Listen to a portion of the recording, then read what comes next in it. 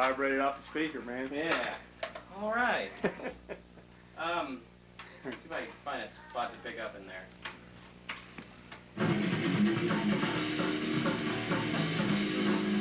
Man, that was going too. Yeah. Hang on. I'll pick it up here in a second.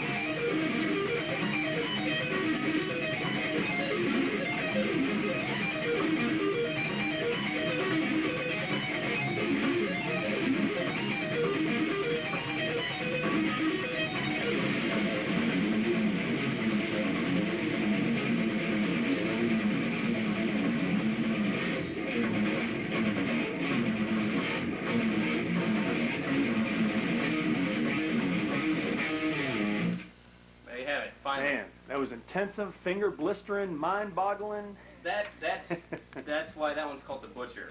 Okay, even before we turned that one into an instrumental, I played rhythm through the whole thing. It was a vocal song. It got nicknamed The Butcher because we always said, let's see if we can get through this one without butchering it.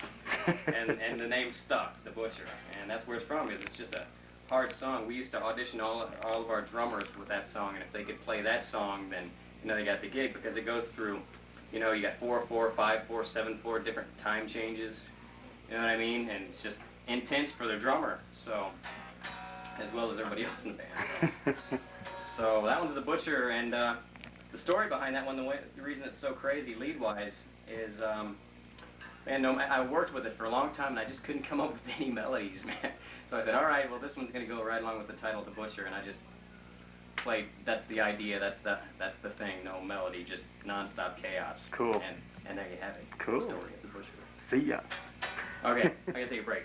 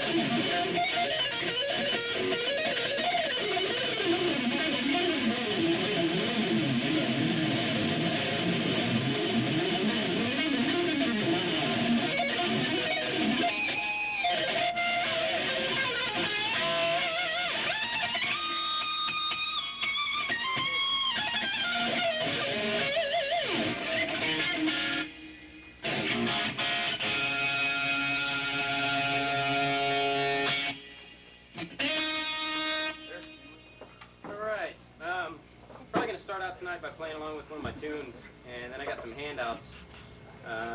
Everybody can come up and grab one if you want. Yeah. Everybody come up and grab one. We can kind of take a look at this.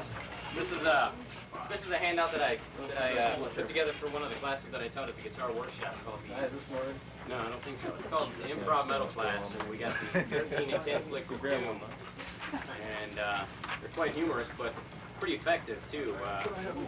They cover just about every rock technique under the sun for your modern day shredder, so to speak. Actually, I don't think they call it that. I was doing this kind of stuff before it ever existed. There was mandatory guitar players that do the kind of stuff that I do. So, on that note, hopefully I won't hit any bad notes, but if I do, watch out. They'll be clams, man. Clams will be flying. What does that mean? See what we got. Oh.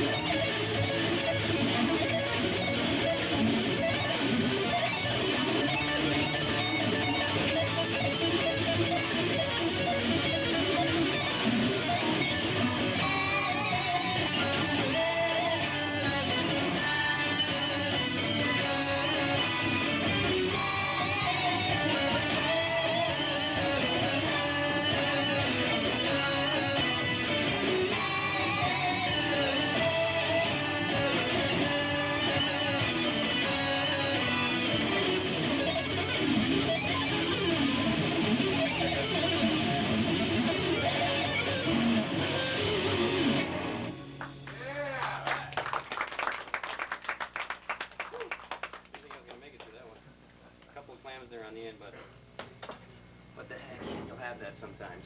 All right, let me find my thing here. Does anybody have any questions right off the bat, like gear?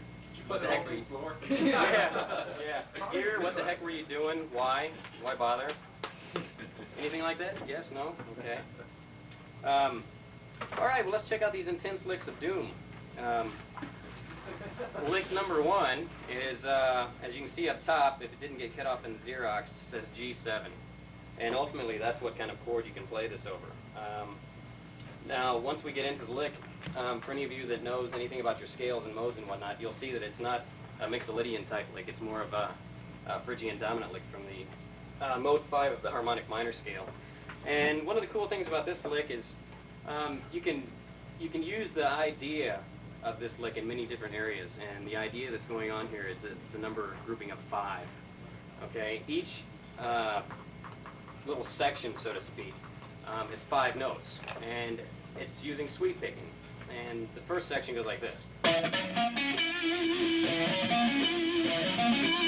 you pick that is up, followed by 1 downstroke across 3 strings, and then you end on an upstroke, which then sets you up to get into your next group of 5. Okay? Your next group of 5 starts on the 5th string on 14. So your upstroke goes right into the 14. So you're going up, down, down, down, up, up. So it's really a good sweep picking lick. A lot of sweep picking stuff really doesn't turn around well, or you have to do an odd number of notes here or there to really make it work. And this one works perfect. So I really like this kind of stuff. And so to continue on, you got that note right there. I'd tell you it's not Mixolydian.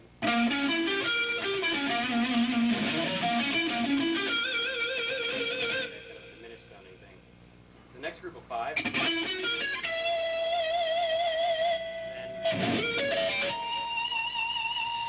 it turns around perfectly if you're picking.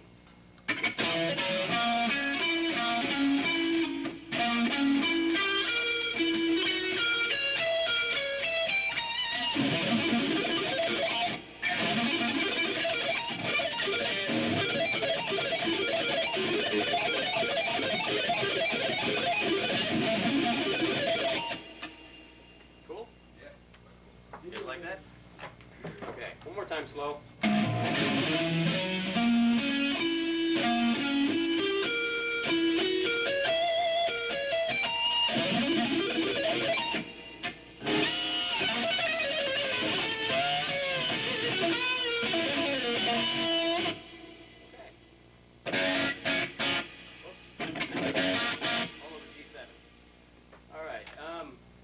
Lick number 2 is an E pentatonic idea, and it's minor pentatonic, but it's not traditional by any sense. It's definitely breaking out of the standard boxes, which I think everyone's familiar with, and that's probably the patterns that everybody learns, is the 2-note for string patterns.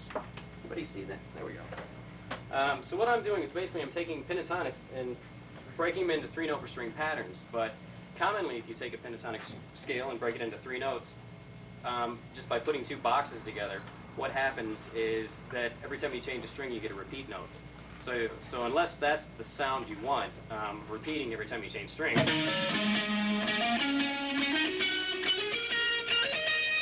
to do something else, like skip. So that's what we're going to do on this lick. And this one's quite a handful, so to speak. And here it is slow. I might not even be able to play it fast tonight.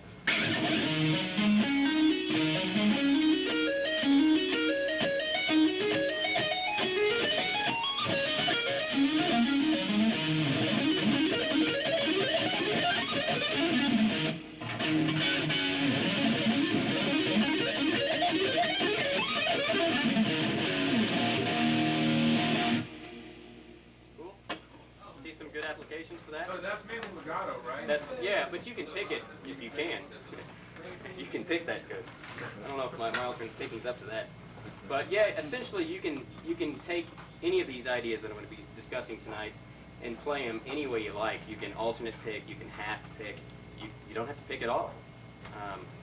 And that's the whole idea behind these licks, is they're very applicable, if I can say that word, to many styles and to many areas of guitar playing. You don't have to play it just like I do. You don't have to play it just like it's here.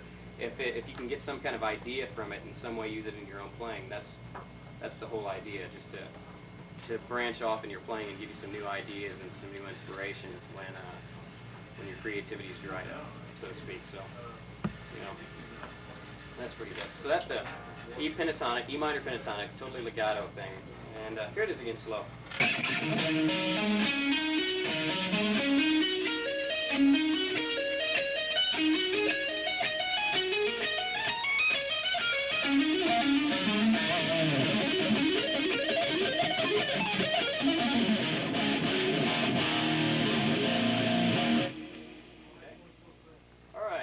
Lick number 3, this takes us into a totally different direction, almost back towards lick number 1. It's A minor arpeggio, and it's sweep picking. This stuff is definitely fun. I remember the first time I heard Yngwie was probably 16 or 17, and I had no idea what an arpeggio was or anything like that. But I knew when I heard what he was doing, I was like, yeah, man, that's totally hip. That's what I want to do. One of these days when I figure it out, I'll sit around and play them all day. So eventually one day I did figure out what it was, and I did sit around for years and play these. So basically what we got is an A minor triad, A minor arpeggio, and I've put a couple patterns together so you can sweep.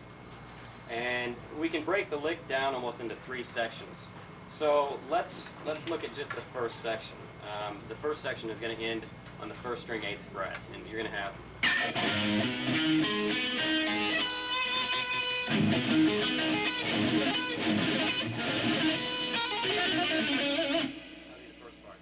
and this is the technique again, is sweep picking. So essentially when you're sweep picking, you want to try to use the same stroke for as many strings as possible. Okay? So the best way to do this is you're going to have to start with an upstroke so that you can follow through one downstroke across all 6 strings, and that makes the best sense. So you're going to go up, down, down, down, down, down, down, up. But when you're crossing the 6 strings, even though I said down 6 times, I'm not picking 6 individual downstrokes. It's one. It's a sweep. It's kind of like a classical rest stroke. You're just kind of dragging your fingers or your pick across the string. It's almost like like that. But the idea with sweep picking is separation. You don't want it to sound like an arpeggiated chord. You want it to sound as if you were playing a scale, single notes, singular. And that's the hard part about it, getting it to sound singular. A lot of guitar players, you can usually hear the first and last notes, and everything else in between is just kind of like, what was that? You know what I mean? Just not sure what you heard. And so that's kind of the art of getting a good sweep, being able to play it clean and individual. So anyway, the next section of the lick, the first section ends on 8, so you're going to take that and you're going to slide it up to 12 with your pinky. You're going to start your downward sweep to 12 on the 5th string.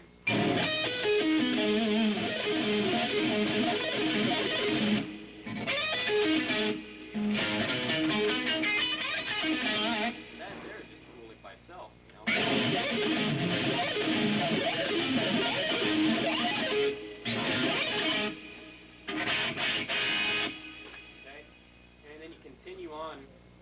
starting again, you pick 12 twice, but essentially the first time you pick 12 is with your pinky, and the second time you pick 12 is with your index finger.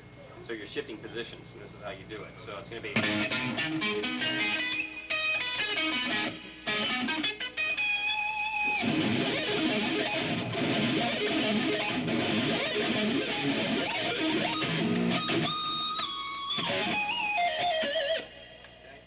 Any questions about that? Nothing? You guys are all just staring at me like I'm crazy.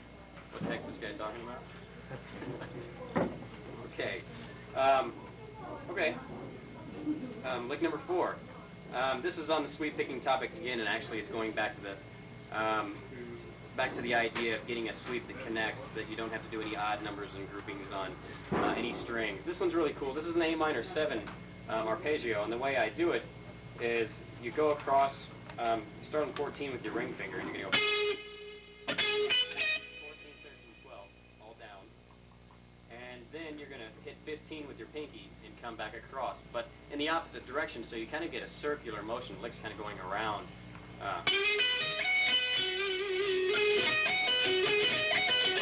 all you're doing is going one downstroke, one upstroke, down, up, down, up. It doesn't get any easier than that. You know what I mean?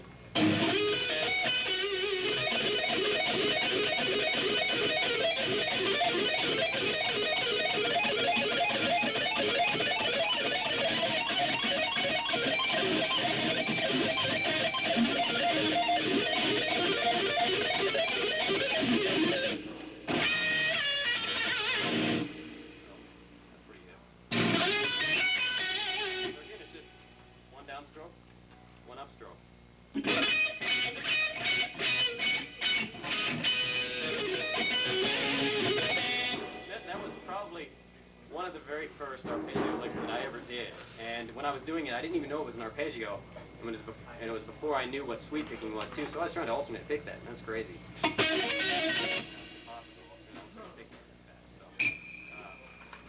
Once I figured out what sweep picking was, it kind of all worked into place pretty well.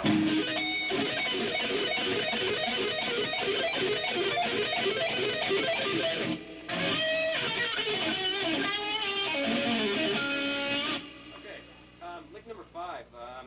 This is going to take us in a different direction. This is a G major scale, based out of a G major scale, and it's extended patterns. It's a good lick to help break you out of the standard positioning. I'm sure if you guys listen to any of the guitar players that I listen to, and you're just learning some basic scales, you're like, well, man, how the heck do they do that stuff? The way they do that is they do it by taking their different positions and connecting them together through sequencing and whatnot. And this is a kind of an idea for that.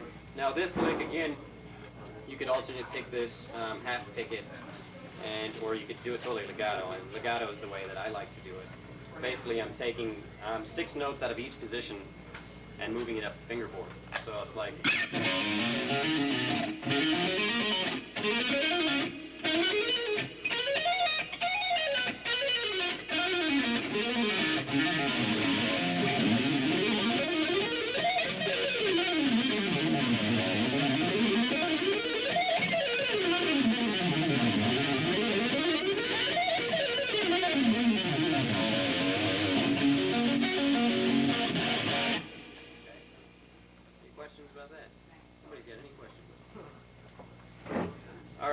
Let me break it down again.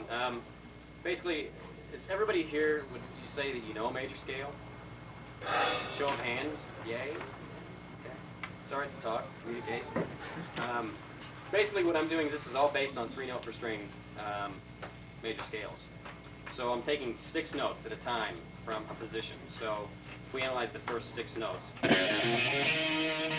would be right out of the root position, so to speak. That's basically the sequence. I go up 6 notes and down 2. Okay,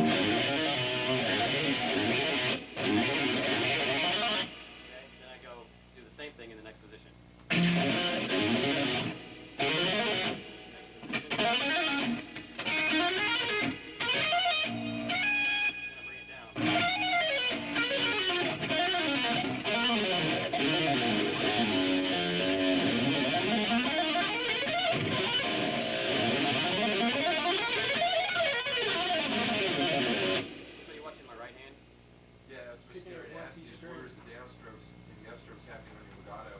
On the legato, actually, when I descend, I don't even pick at all. And as far as where the up and down strokes are, I'm not really sure. Like when you're making the transitions from the beginning, down, up. Yeah. Yeah. Oh, I thought you were asking me about. Well, I'm just asking where you're starting your downstroke when you're hammering down, then your next stroke. Is it always on the index as you're moving up? When I pick? Yeah. I'm not. Right. Yeah. Okay. Index. So it's index.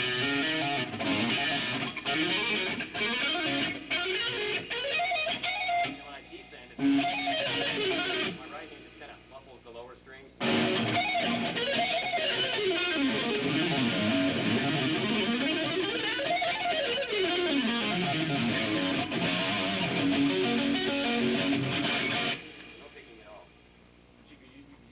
Exactly. You can do anything with this. I mean, you can alternate pick, half pick, don't pick. Throw the pick out. It never exists. Okay, the next lick. This one's pretty cool. This is what I like to kind of call a multiple element type lick because it's drawing upon a couple different tonalities and different sounds. It's A harmonic minor and A Hungarian minor combined. It's kind of like a combination lick.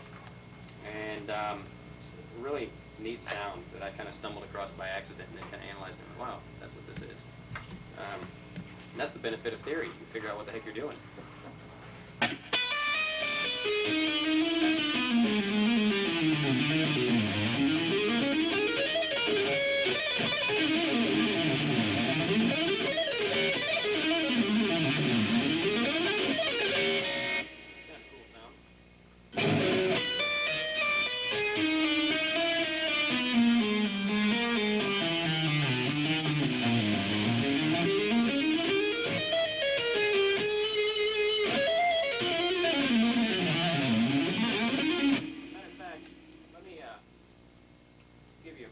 example of how this sounds over some chord changes. Let's see if I can find this pattern.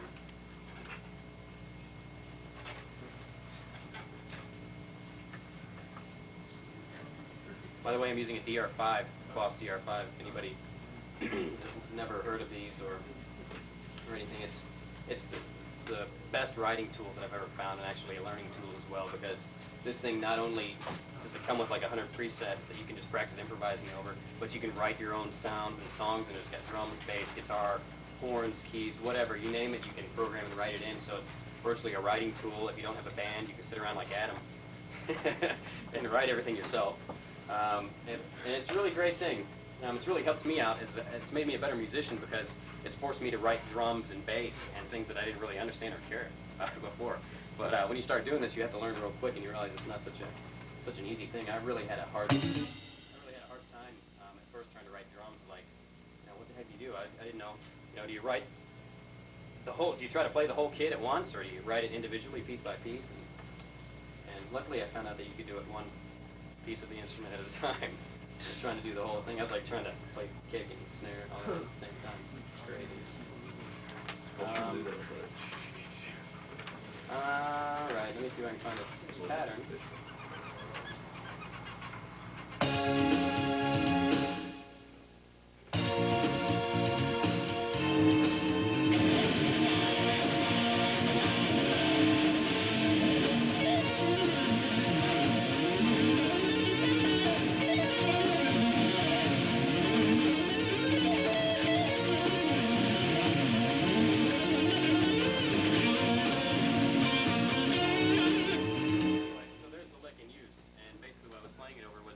Minor and G sharp diminished seventh.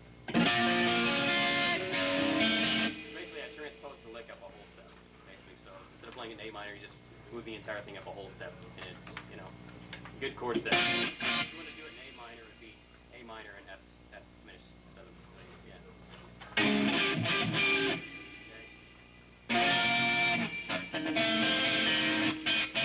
Anyway, that's it. There you hear it in use. Some of this stuff is usable. You can use it. It's not just for show. Okay, lick number 7. This is back on the arpeggio thing again. And it says diminished arp, move up flat thirds. And if you're not sure what a flat third is, it's just the distance of a 1 whole step and a half. So basically, after you play it in this position, which would be 4/7.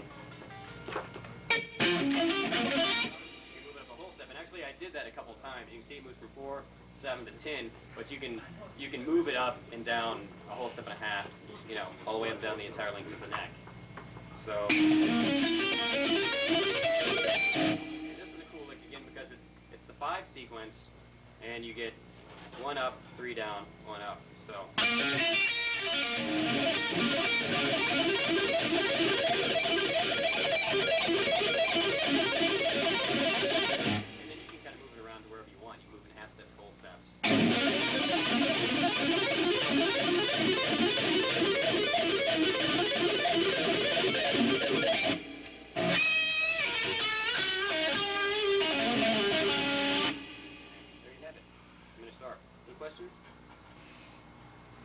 Thanks, guys. Come on, give me a break. Ask me something. I got a question. Okay. If you did it to where, like, the first note, you moved it up where that was just any particular scale, like you were going What up scale would that be from? That lick, is that what you're asking? Well, what would that be considered if you were, like, the licks, what? When you move it up a whole step and a half? Like let's say, just like major scale, whole half. Right. But it's a diminished lick. Well, what it is it's a diminished 7th arpeggio, and what it does is it inverts in minor thirds. So every time you move it up a whole step and a half, it's basically the same thing, but you're just starting on one of the other 4 notes. So it's just, when you move it up here, it's the same 4 notes, you're just starting on the next tone. Like let me figure it out. It's B, D, F, G sharp, and B. Actually, basically every time you move it up, it's just another variation of those 4 notes. And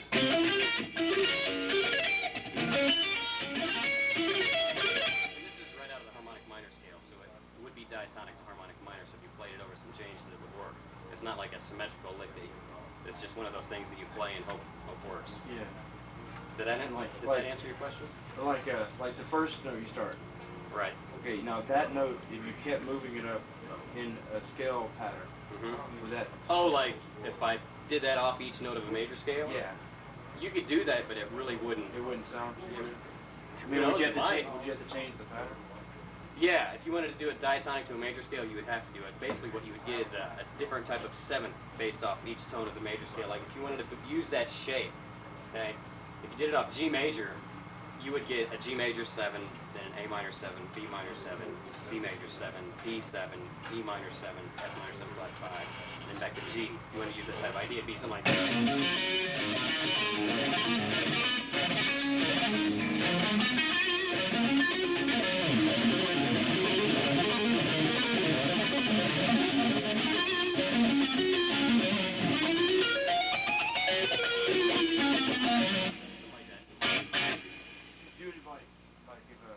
Chord change, then the song was made. Right, you could follow the Like, changes. straight up, but you wanted to add a diminished Right. flavor to it. You would That have to would work. find some kind of substitution rule. Kind of balance in there. Right. Yeah, you know, like in that jazz book? Yeah. Get out that jazz book and Right. find that substitution. Joel probably knows a ton of those substitutions. And, okay, next lick. First lick of page 2 of the Licks of Doom. Everybody say it with me, Licks of Doom. Come on. Give me some support up here. Okay, E minor pentatonic with an E minor arp on the end, okay? This is a really cool technique. It's a technique where you do 2 notes in the left hand and 2 notes in the right hand. And it's a way to get a 4-note per string type pentatonic idea. And so basically what I'm doing is...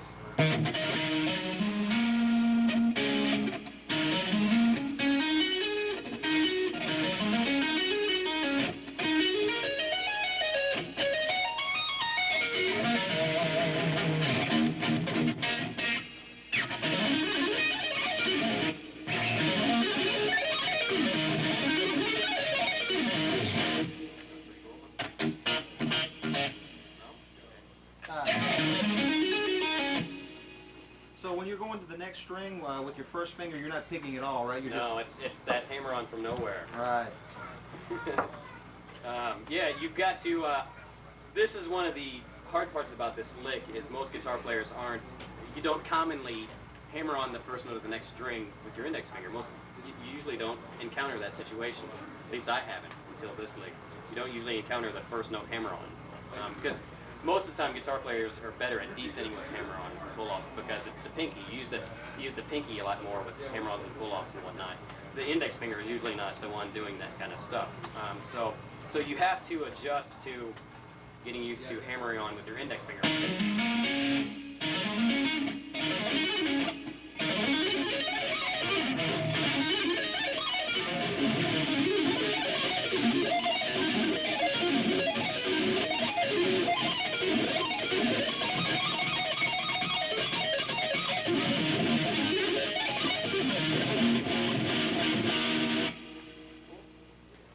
And during that, you're just sort of palming the pick, you know.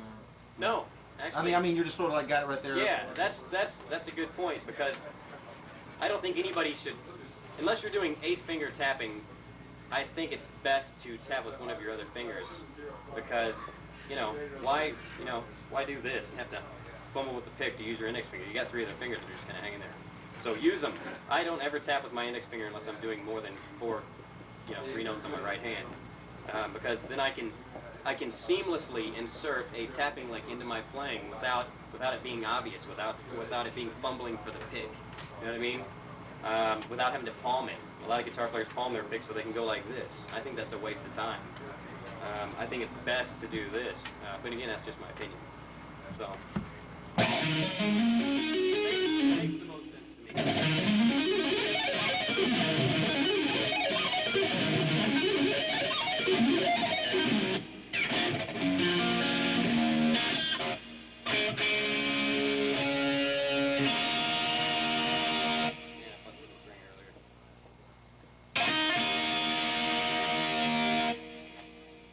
Okay, now, this next lick, number 9, this is one of my favorites. This is a really pretty cool one. It's called Add 2 Arps Stacked in Fourths. You can play it over E major or A major. And it's pretty cool. It's all diatonic to the key of A major. And it's 4 notes per string, so that's a different thing. Most guitar players don't play with 4 fingers on their left hand, even though they have them. Most of the stuff out there is 2 notes and 3 notes on the left hand. Commonly, in the past, when a player was going to use 4 notes per string, they used 3 notes in a slide. But that's, you know, you got an extra finger, you might as well use it. So this lick, you have to use 4 fingers because you can't play it. You can't pull it off with just 3 fingers. And this is a very cool one. It got nicknamed around the store here as the video game lick. And this one goes like this.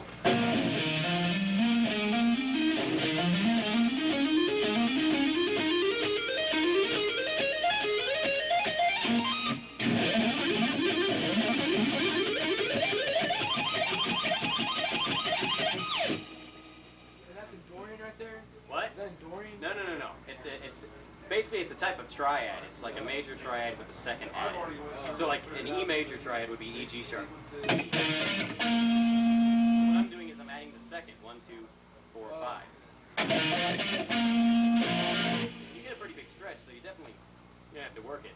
And I kind of have a problem with that sometimes because my hand always hits right here. And Hey, Les, you have a question?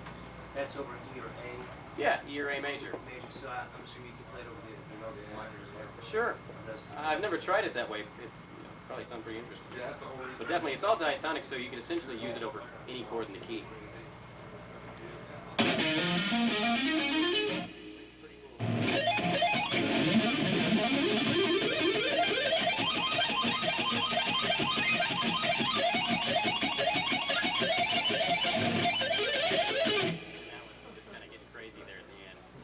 And the fun thing to do is just, as you're building up the technique, because it's going to be difficult at first, as you're building up the technique, it's just fun just to move it around and have fun with it, you know. They're just kind of goofy sounding, it's fun, you know. Yeah, so definitely, 4 note per string thing is hip. I think it's, nowadays, it seems like, man, especially after the big shred thing in the 80s, it's like, and, you know, what else is there to do, you know, I mean, everybody's done everything there is to do. And one thing that I've found that's kind of helping me to broaden my playing is by doing 4 note per string playing, because there's only 2 other players that I know that do 4 note per string, and that's Alan Holdsworth, which, you know, good luck ever trying to play any of his stuff. And there's a guy named Brett Garcett that plays some 4 note per string stuff. Actually, there's one more, a guy named Todd Dwayne. Actually, this is kind of where I got the idea for this lick from, a guy named Todd Dwayne. And so this will help you, you know, get into new territory. Alright,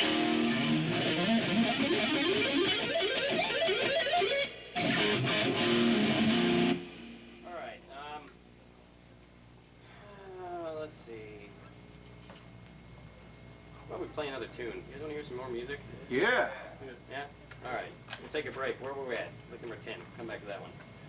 Let's see.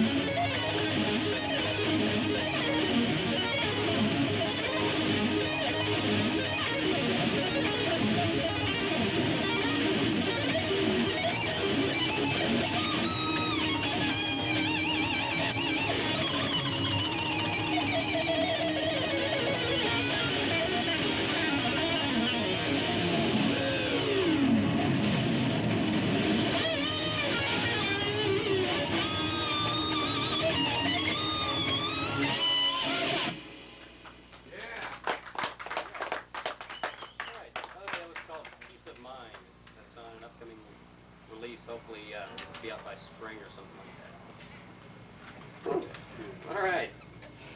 Questions? All right. Definitely need some peace of mind after that one. I got a question on that tune you just played. Yeah. When you went down from the A minor down to the G and the F on your arpeggio, were you playing? Wait a minute. Where? After halfway through the After the big transition? sweep part? Yeah, the heavy sweep part in there. Uh-huh. Were you playing a minor 7 in there, or was that just a straight major? Yeah. It was a minor 7. Doing So I minor. thought you were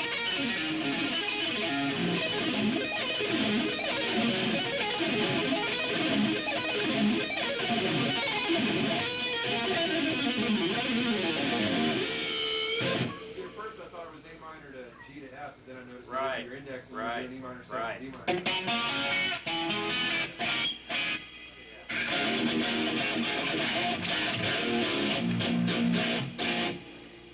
Thanks for asking questions, by the way. Was that also in the very end of the solo? Was that a little bit of a taste of that diminished kind of a lick that you showed us earlier? At the end of the main solo? Yeah, like actually on the fade out. On the fade out? Yeah. Is there, no, actually, it wasn't supposed to be. I might have hit a bad note that made it diminished. Actually, it was supposed to be could all be my bad ear too. It was supposed to be all E major triads, just moving up. Check it out. It's like...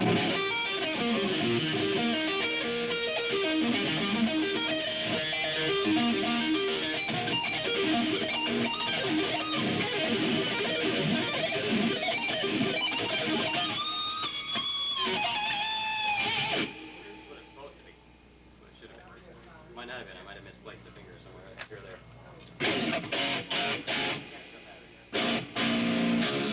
Okay. Back to some licks. All right. Lick number 10. This is another good lick to help bust you out of position blank. Okay. And this one's really good. This one's number grouping of nines. You're dealing with nines. And what I mean by nines is, well, check it out. 1, 2, 3, 4, 5, 6, 7, 8, 9. Okay. And then you take the same pattern and repeat it up an octave. Kind of like a little thing on the first string. See?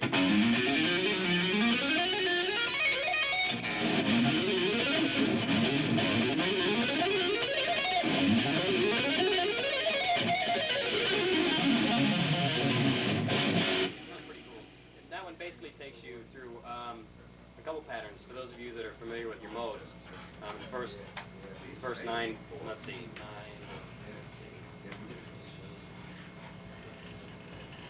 11 notes is out of Dorian. Is out of G major. The next 11 notes is out of the A Dorian pattern, the 5th fret. And then we do, I don't know, some kind of skipping around on the first string, basically jumping up a couple positions.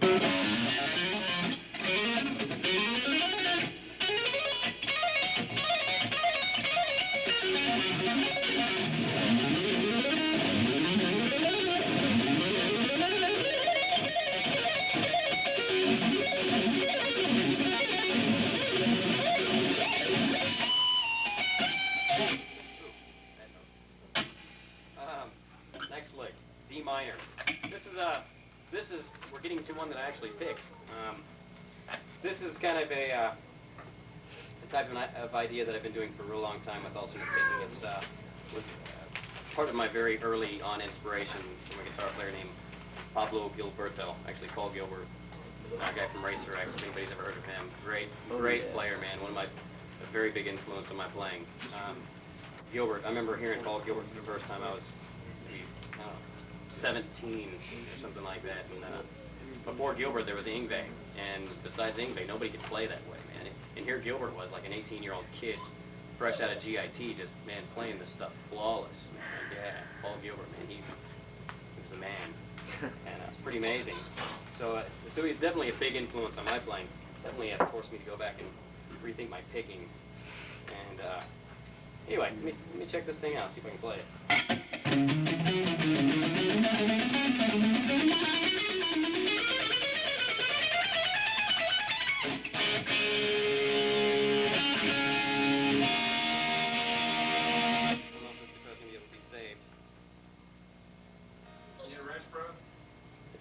pretty far up there.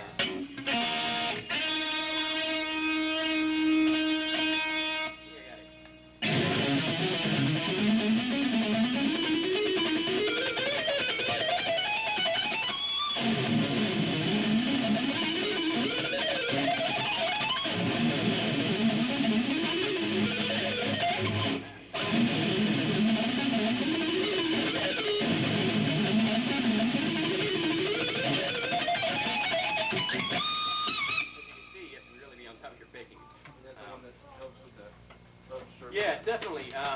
This is, I do a lot of variations in my picking. Sometimes I start with an upstroke, even when I'm ascending, which is not really common with a lot of guitar players. But with this particular sound and style of lick, I definitely start with a downstroke. And it's, for me, it's easier when I'm going back and forth between two strings. I think it's easier for me to start with an upstroke. That kind of thing. Like down, up, down, up, down, up. So every time you hit the next string, it's an upstroke.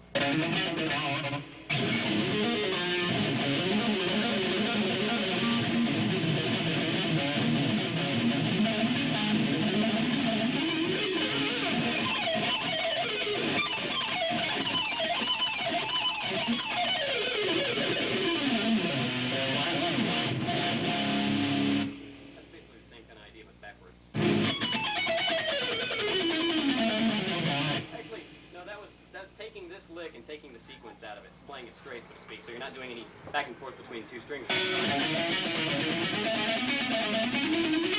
where your sequence is at. If you take that out, it would be... This is a good old 3-octave D minor scale. When I pick this maybe backwards, it's an upstroke.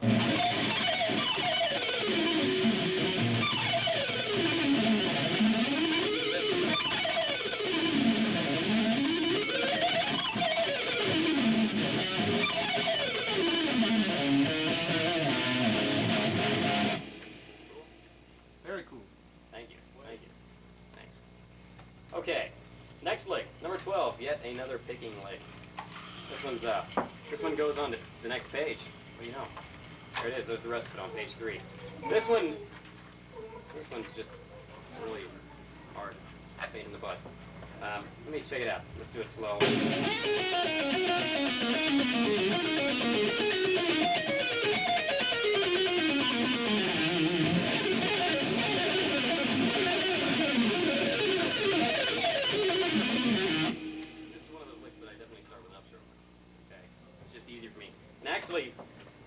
I think that when I slow it down and try to analyze it, I think that my picking's actually a little bit different than when I'm playing it at full speed.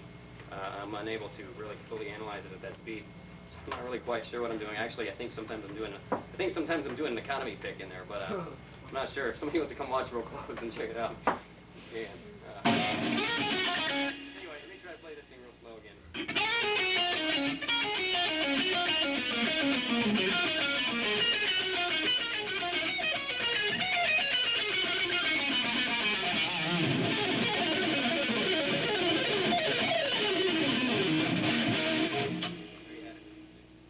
This lick is, actually it's not in whole. Actually, there's more to this lick, but I just figured that was a good place for you guys to get started. Actually, that's a lick out of one of my tunes called The Butcher. And, let me see what that... We'll play that song next, and you kind of check it out. The last lick, Lick of Doom, number 13. There you have it. It's a super G major, sweep picking thing. And this combines many of the different patterns from the G major arpeggio. Basically, in a triad, you have 3 notes. So if you build patterns off the 6th string, you're going to have, a root, 3rd, and a 5th. So you have first inversion, root inversion, first inversion, second inversion. So you have 3 shapes, and then you just repeat them in octaves. So basically, is what I'm doing is I'm taking some of these shapes and just kind of stringing them together to create this big long sweeping thing. And here goes, man. That would be the first half. And I slide up with my pinky in the next position.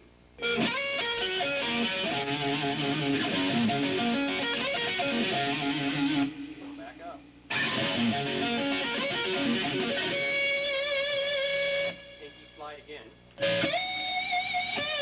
Whoops, not that note.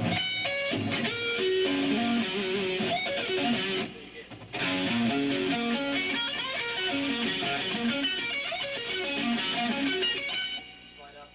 Yes, once more with the pinky. Okay, this one goes all the way down to the 6th string. Slide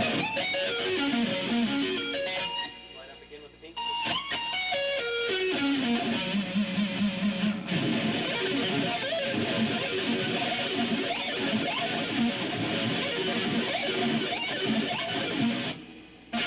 That uses all the inversions that you could possibly use without running out of frets.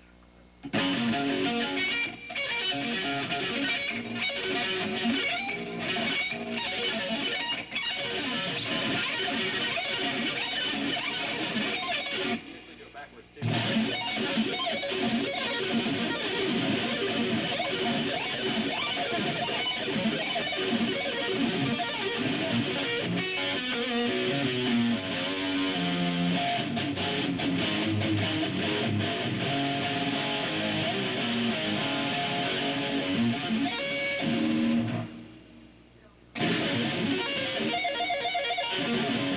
There you have it. 13 intense licks of doom. Cool. You guys like them? Right. Yeah. Cool. Okay. Any questions about anything that you've seen? What's some, something with Oh, with 7 strings. Oh, man. Jeez, I could use that extra string. Okay. Let's see. What was the question? Show us something with that 7th string. Actually, here's how you can take, like, if you go back to lick number 3. Here's how. Okay, look right in the middle of lick number 3, where it starts on 12 and goes 12-8. Okay. What I'm going to do is I'm going to take basically that shape, which is out of that lick, and I'm going to bring it on down to the 7th string. So basically, you get almost a 3-octave arpeggio in one position, which is really cool. But you can't do that on a 6-string guitar. That's a good point. You're going to get me into the 7-string stuff. There you go.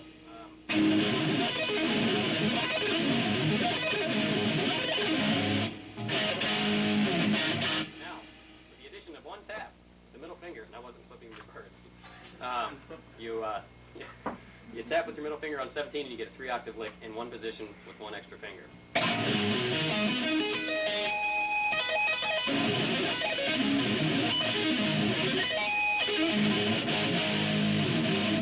pretty cool. Now, a thing about the 7-string, the question I get asked about 7-string all the time is, you know, well, why? You know, I haven't mastered the 6-string. If you look at it as you have to wait till you master a 6-string, then you might as well forget it. It would take many, many lifetimes to master a 6-string. Truly, it would. I mean, who's to say? Once you get where you think you've mastered rock, then, well, you got to go to jazz and fusion and funk, blues, name it. You name it, and it will take you many lifetimes. So why wait till you think you're good enough to get a 7-string? It's an addition of one extra string. It's like when you play your 6-string, you don't play all 6 strings every time you pick it up, do you? No, you don't. You use them as you need them. So, and that's kind of the 7-string. The 7-string, it gives you extra range. It gives you the ability to play longer type ideas, say like the 3-octave scale thing again. You can play a 3-octave scale basically in one position on a 7-string where it takes you, say for example, here's a G major scale, 3 octaves. Now the only way that I can do this would be to play it 4 notes per string. Actually, not 4 notes, it'd be like 3 and a slide because it doesn't really work out correct if you use all 4 fingers. So it'd be like...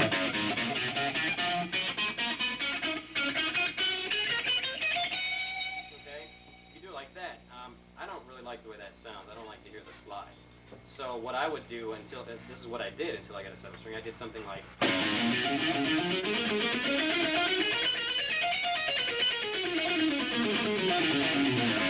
that's cool, but you don't want to always have to play a 3-octave scale like that, okay? So on a 7-string, check it out. You got... There you have it, one position, one space on the neck. You don't have to go from, 3 to 15. You know what I mean? So that looks like a pretty significant advantage to me. And especially for those of you that don't feel like you've mastered a 6-string ready, that's something that's going to make playing something like that much easier already right off the cuff for you. So it's a plus. It's not it's not a, you know, it's not something that's going to put you at a disadvantage. You don't have to wait. So I think it's a really cool thing. You can do things in smaller groupings. You get more range for all you guys that like the really heavy stuff. You don't have to tune down. Geez, you can tune normal and still get three extra notes. Oh yeah, you can do those. You know what I mean? You don't even have to tune down. So, you know, a lot of the guys like to do the drop D thing. Well, that's fine, but sure, when you're soloing, then that messes up your whole 6th string. You know, why do that when you know, have a 7th string? You don't have to mess with your tuning. It's normal. You get the extra range. There's your drop D without dropping. You get all that. And then you can drop B. You know? Okay. Go really low. Or tune down 2 whole steps or something. Yeah. I don't know. You know what I mean? Any questions about 7th string? No? I got a quick one on the arpeggios. Yeah. How much of it are you muting with the palm and how much is with your fingers? I'm far not as really keeping other sure notes? at what point. Like if I was to do this arpeggio, where would the mute be? Yeah, I mean, what would you use more as far as muting the other string? I kind of use both of my hands together as a muting device, and what they basically do is they work like this, and as you go across, basically the palm of your right hand mutes the strings that you've already played, and the side of your index finger is muting the strings that you haven't played yet. So they're kind of acting like this. You're going across, so you use both hands together. It pretty much covers anything that, you know, any unwanted string or pick noise or anything like that. And once you start to get the feeling for these things and whatnot, you start to rely less on your muting because you start to get cleaner and whatnot. So.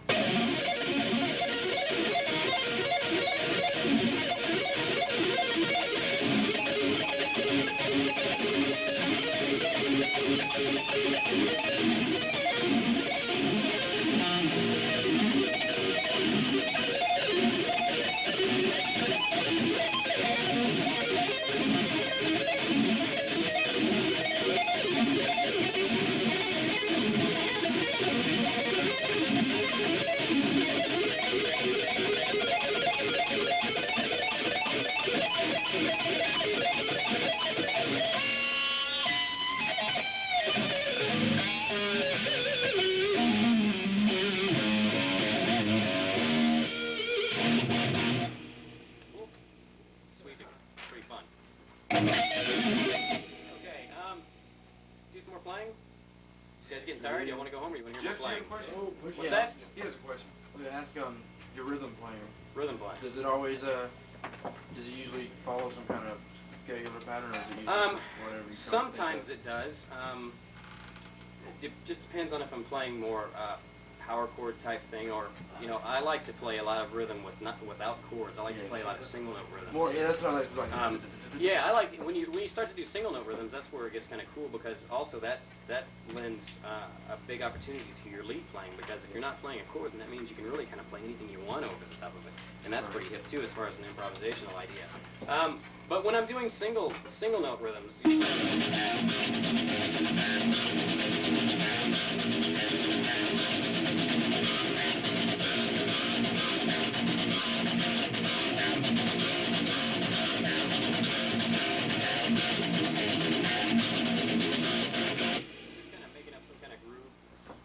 First part was in B, with its bass around, you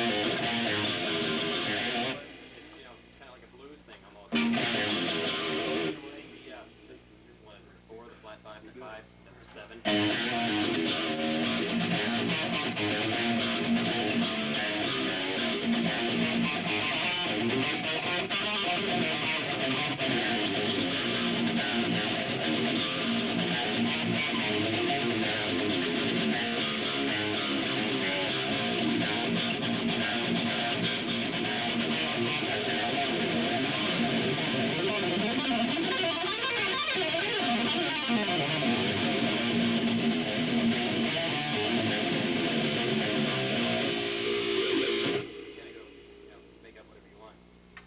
But you asked if it's, you know, it doesn't really have to stay diatonic.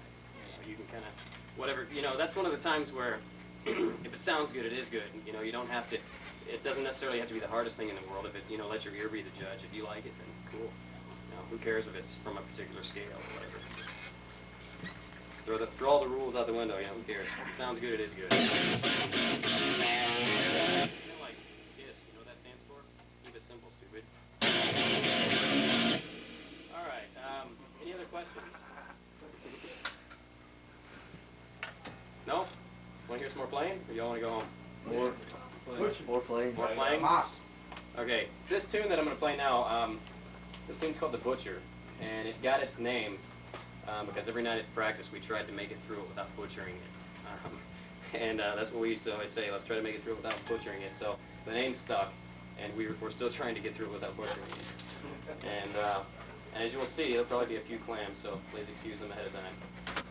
Let me find it. There we go.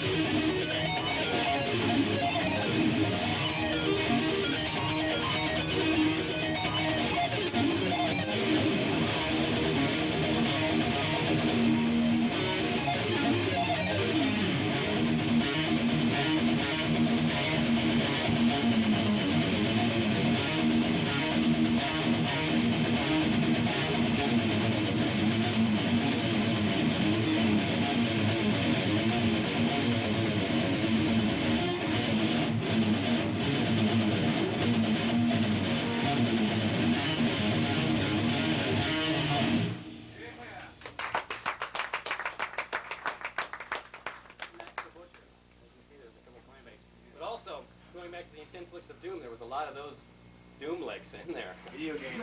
The Doom licks were in there. Check it out. Lick number 2 was in this song. Lick, let's see. Lick number 12. That's where the full number 12 is from. This is just part of that is in this song. There, dudes. And I think that's it. I thought there was a couple more, but some of those licks are in that song. So there's a application of it. And that's it. That's it. I was wondering if you could like talk a little bit about your influences, who you like to listen to. Right now, Sean Lane, bar none. Guys, if you guys haven't heard Sean Lane, go out and try and. Well, first off, good luck trying to find anything by Sean Lane because it's virtually impossible. But if you can get a hold of anything by Sean Lane, that he's the man. Can't say enough about him. Just kind of speechless most of the time. So Sean, big time. Alan Holdsworth, definitely. Holdsworth is great. Yeah. Good luck trying to play his stuff. Dude's from another planet. And I was really influenced heavily early on by Gambale, as you guys can probably see. Although I don't sound anything like Gambale, but you can see a ton of the sweep picking and stuff like that. So Frank definitely in the beginning. Randy Rhoads in the beginning. Yngwie, the Shrapnel catalog. Anybody on Shrapnel was my influence, just so you know. And also, I was kind of lucky early on to be influenced by, most of the time when you're a young kid, it's hard to like anything but what you're into. But when I was young, I guess I had some good influences and people around me that I respected. So I was into classical music and jazz and fusion early on too. So I always had that influence in my playing. And that's a good thing also. It's always good to listen to other things than what you're into. You can draw. Well, that's one of the things that'll help you become more individual, make up your own sound. Listen to many things, draw from many sources. Don't just listen to rock players. Don't just listen to jazz players. Don't just listen to guitar players, for that matter. Listen to other instruments. Listen to everything, because ultimately you can draw from many sources and bring it together in your own sound and style, and from that you will have created something much cooler, I think, than if you just listen to Metallica or, Korn, something like that. You know what I mean? And besides that, it'll put you on another level because you'll be thinking about many other ideas. Study music theory, find yourself a good teacher. Here's my cards for anybody who's interested. Segue. That was kind of a joke, segue thing there. But yeah, find yourself a good teacher. Study theory. If they offer it in your high school, study it. I was lucky when I went to high school. They offered a music theory class. Go to school, study, man. Learn everything you can. And also, as far as an age thing, man, while for the younger people in here, man. Take advantage of all the time that you have now to practice, because the older you get, the less time you're going to have. You're going to get older, you have more responsibilities, forget going out and hanging out and partying and whatnot, all that stuff. Stay home and practice, man. It'll be much more beneficial to you later in the long run, I didn't miss nothing. There's nothing I regret, man, in my playing, I'm glad I stayed home and practiced, I probably wouldn't be here doing a clinic if I would have went out with all my friends all the time and stuff like that, so. Take advantage of the time you have and study, man. Listen to as many different things and as many different people as you can, and study, practice, man. Amen. Bravo. Yeah. Cool. Any more music? Sure. Yeah. Okay. Rock it down. Which sounds more appealing, Hillbilly Militia or War of the Angels? Hillbilly Militia. Okay. Play it. Maybe we'll play both. War of the Angels. Let's do Hillbilly first. This one's pretty corny, foot stomping, groovy, get down kind of thing. Oh, one other thing. This song is entirely done on DR5 except for my parts. Okay, so everything that you're going to be hearing coming through the PA, aside from me, is done on the DR5. So here's DR5 in action.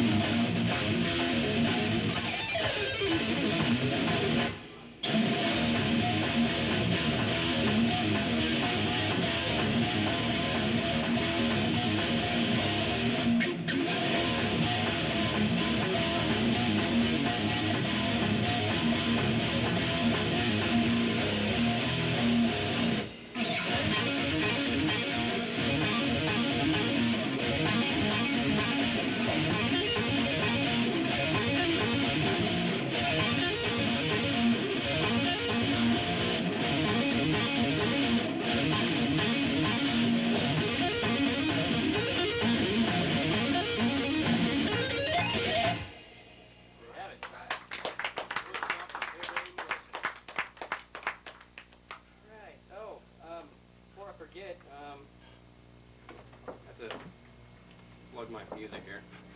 Generation Ibanez. This is a compilation CD that I was fortunate enough to play on, and it's got two songs that are going to be up an upcoming CD that I'm hoping to release by hopefully spring. So if anybody's interested, you can get them directly from me, or you can get them through my website or anything else like that. And speaking of my website, if everybody wants to come up and grab a card on their way out, it's got my web address on the bottom. Feel free to stop by anytime. There's sound clips from the CD on it, and there's free lessons. Hey, can't beat that. Some free licks you can download if your printer's working. And CD, $10 if anybody's interested. And I think that's just about it. If anybody wants to hear some more music? No wah? No wah? You want me to use the wah? Yes.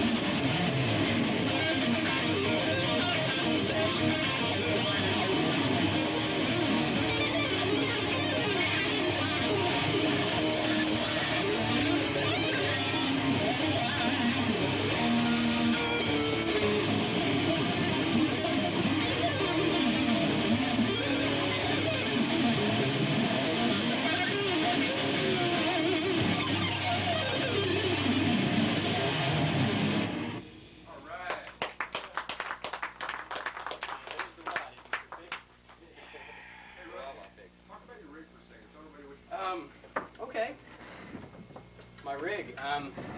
It's compiled of a bunch of stuff usually most people don't want. Some stuff left over from the 80s. And aside from the Marshall's something that I just bought within the last month or so. It's a Marshall Valve State BS100, which is really hip. I like it a lot, man. If you're into metal, man, this thing is very metal. It doesn't get any metaler than this. So that's basically what I'm using. I'm running it in stereo with everything that's in this rack. So I think what you're hearing over here in this cabinet is just a Marshall by itself with an Austin Gold, which is an overdrive pedal, which just about as long as I've been playing, I was a diehard Ibanez Tube Screamer fan, but until I played this baby, it kind of changed my mind. Although I still have a Tube Screamer and do still get it out and use it. This thing is great, and the reason I like the Austin Gold is because it's quiet. You don't hear any noise. So that's the only thing that's on the Marshall, just an Austin Gold pedal, and the wah-wah goes through there. Over here in the rack, what I have is, man, the great old Fender M80, man. Just can't seem to get rid of it, man. I love it. I've been using one since like 1989. I think it's really cool. I run that into a Rocktron IntelliFX LCD. And I'm not a big effects player. Matter of fact, all that stuff that you're hearing on my tone tonight really isn't it's me. It's going through the PA. Man, I play virtually dry all the time, so the delay and reverb that you're hearing is really not part of my sound. It's just through the PA. But with the IntelliFX, basically what I use it for is just a touch of delay. Usually, the only time you can really tell I have delay on is if I hold a note or if I stop, you can kind of hear a repeat or something like that. So I'm not a big effects guy, but I do have that, and I also use a harmonizer setting in for the end of one of my tunes. It gets there. Pretty cool. See here all that reverb? That's not from my rig. And then I've got a DBX, a dual gate, which does its job. Thank you, DBX. So it's just a noise reduction. Yeah, it's a noise gate. It's great. It's a dual gate. Matter of fact, it's stereo, so I can control the amount of gate on each amp, because it would definitely be different if each one's independent. And then I have a Rocktron Velocity 150 power amp, which is pretty happening power amp. It's 150 watts when you use it in mono, and that's what I'm doing. I'm using the stereo. And normally, as far as cabinets, I've got one Marshall. These aren't my cabinets. I'm borrowing at the store. Thank you very much. And I've got one Marshall cabinet at home, and I got two. It's one Marshall 412, and then I've got two Fender M80 cabinets. So I got three 412s, and working on more. Ultimately, I want to run about 4 live. And that's pretty much my rig. I use a wah-wah pedal. I got the MIDI pedal to change, from delay to whatever, and that's pretty much it. Keep on dry. I got three 7-strings. That's my very first Universe I ever bought, and great guitar. Love them. I went totally full force on 7-string. Got that one, and then I got this blue RG. This is not a Universe, it's the RG.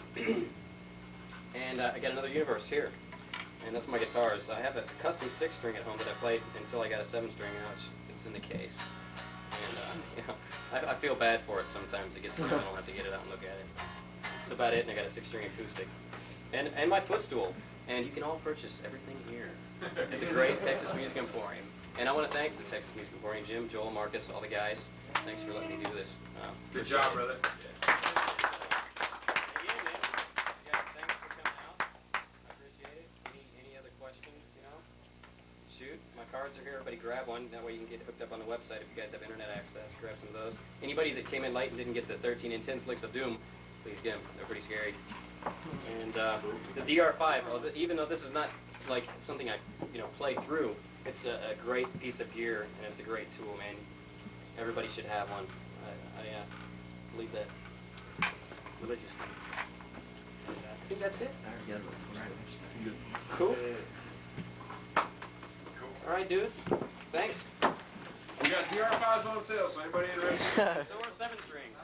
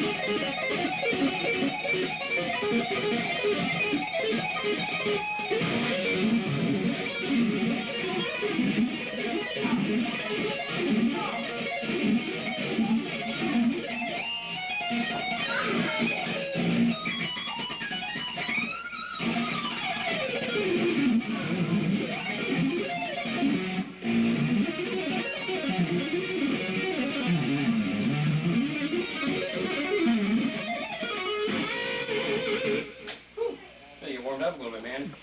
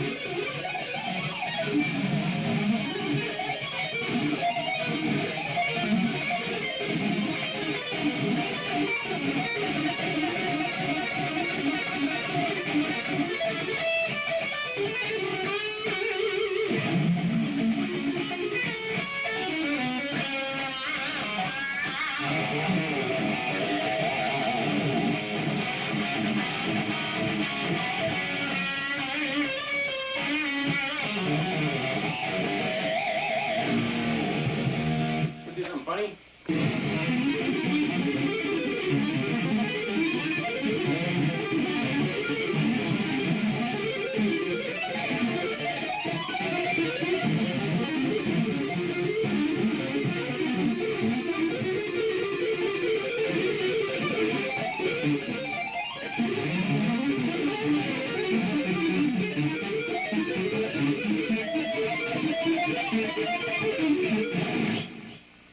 Maybe some of my new stuff.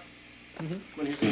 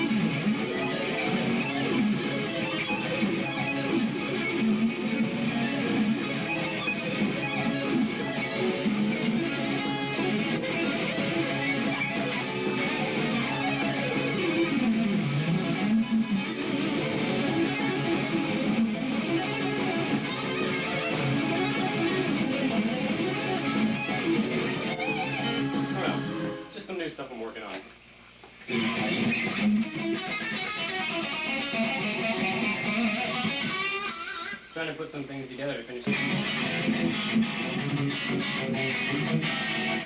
Then it goes into this other thing. It's like,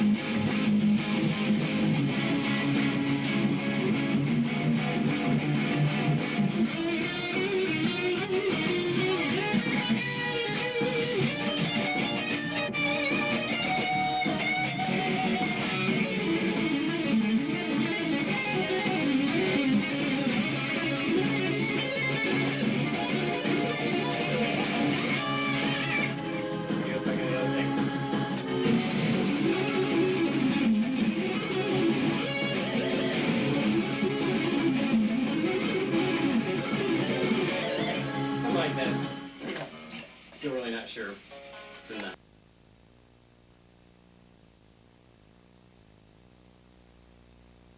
Ladies and gentlemen, no doubt,